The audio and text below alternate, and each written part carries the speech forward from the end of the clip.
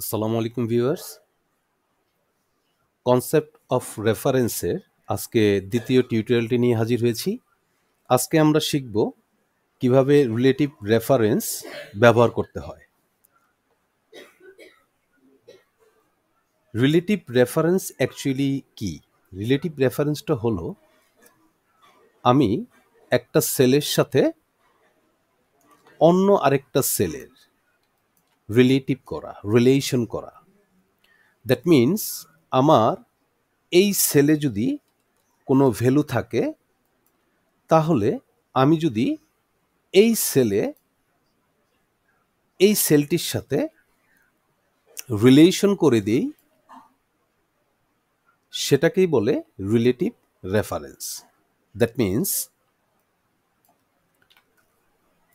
আমি যদি এখানে ইকুয়াল টু কল করে এই সেলটিকে দেখিয়ে দিই, এন্টার প্রেস করি, তাহলে দেখা যাবে আমার B2-তে যে ভ্যালুটা আছে B7-এও একই ভ্যালু দেখাচ্ছে। আমরা যদি একটু লক্ষ্য করি, এখানে যদি আমি লিখি ABC দেন এন্টার, অটোমেটিকলি দেখব আমার এখানেও ABC চলে আসলো। দ্যাট মিনস এটা রিলেটিভ রেফারেন্স, একটা রিলেশন ক্রিয়েট হলো আমার B2 সেলের সাথে B7 সেলের। ওকে, এখন এই রিলেটিভ রেফারেন্সের সুবিধাটা হলো আমি B equal to B2 call করেছি B7 সেলে। ইভেন এটাকে যখন আমি ডানে ফিল হ্যান্ডেল করে নিয়ে আসলাম, তখন কি হলো, আমার আলটিমেট B2, C2, D2 এবং E2 এই চারটি সেলে যে ভ্যালুগুলো আছে, সেই ভ্যালুগুলো আমার B7, C7, D7 এবং E7 সেলে চলে আসলো। ইভেন আরও মজার ব্যাপার, যখন আমি এটাকে ফিল হ্যান্ডেল করে নিচে নামাবো, তখন আলটিমেট B2 ভ্যালুর নিচে B3 এবং B4 এর যে ভ্যালুটা আছে, সেটা B8 এবং B9-এ চলে আসছে। ইভেন এটাকেও যদি আমি ফিল হ্যান্ডেল করে সামনের দিক নেই, তাহলে আমার FGH এই তিনটা ভ্যালু এখানে চলে আসলো। ইভেন আইকেও যদি আমি ফিল হ্যান্ডেল করে সামনে আনি, তাহলে কি হলো, JKL যে ভ্যালু আছে তিনটি, C4, D4, E4-এ যে তিনটি ভ্যালু, সেই ভ্যালু আমার C9, D9 এবং E9-এ চলে আসছে। এখন যদি একটু খেয়াল করি, আমরা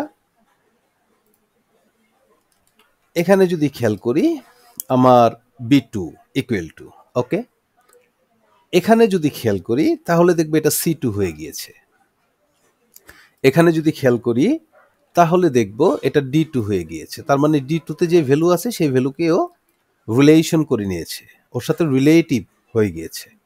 ওকে, তাহলে ভিউয়ার্স আমরা বলতে পারি কি, কোনো সেলের কোনো ভ্যালুকে যদি আমি রিলেটিভ করতে চাই, তাহলে যেই সেলে সাথে রিলেটিভ করতে চাচ্ছি সেই সেলে কার্সার রেখে যদি আমরা ইকুয়াল টু দেই, ইভেন আমরা যে কোনো একটা সেলকে যদি সিলেক্ট করে দিই, যে সেলের সাথে অ্যাকচুয়ালি রিলেশন করতে চাচ্ছি, রিলেটিভ রেফারেন্স ব্যবহার করতে চাচ্ছি, ঠিক সেই সেলটাকে যদি ইকুয়াল টু দিয়ে দেখিয়ে দিই, এমনকি এন্টার করি, তাহলে কি হবে, আমার ওই সেলে যে ভ্যালুটা আছে ওই ভ্যালুটা চলে আসবে। আচ্ছা, প্র্যাকটিক্যালি যদি আমরা করতে চাই, প্র্যাকটিক্যালি এটা কিভাবে ব্যবহার করে সেটা যদি আমরা দেখতে চাই, তাহলে আমরা দেখতে পারবো যে এখানে যদি ইকুয়াল টু সামকে কল করি, দেন আমি একটা রেঞ্জ নেই, ব্র্যাকেট ক্লোজ, এন্টার, তাহলে কি হলো, এই দুটো সেলের যোগফল আমার এখানে নামলো, এই দুটো সেলের।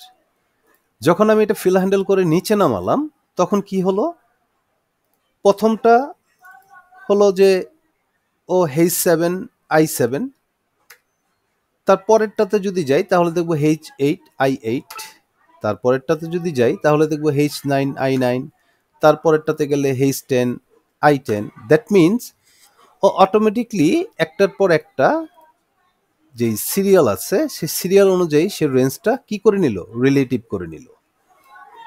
ইভেন আমরা এখানে যে যোগ করেছি, এটা ড্র্যাগ করার সাথে সাথেও বুঝে নিয়েছে যে এটা এটার সাথে রিলেটিভ, এটা এটার সাথে, এটা এটার সাথে, এটা এটার সাথে, এটা এটার সাথে, ঠিক এভাবেই যোগফলগুলো আমার এখানে নেমে আসছে। That call relative reference. Relative reference practically এভাবেই করা হয়, তবে এটা একদম বেসিক। আমরা সামনে এই রেফারেন্সে অনেক ধরনের কাজ শিখব, অনেক অ্যাডভান্স লেভেলে আমরা শিখব। অ্যাকচুয়ালি রেফারেন্স এমন একটা ব্যাপার এক্সেলে, এটা না জানলে এক্সেলে সম্পূর্ণই মানে অন্ধ হয়ে থাকতে হয়, এক্সেল হ্যান্ডেল করা সহজতর হয়ে ওঠে না। তাই রেফারেন্স বোঝাটা এক্সেলের জন্য খুবই গুরুত্বপূর্ণ। তো ভিউয়ার্স, আজকে এতটুকুই। ভালো থাকবেন, সুস্থ থাকবেন।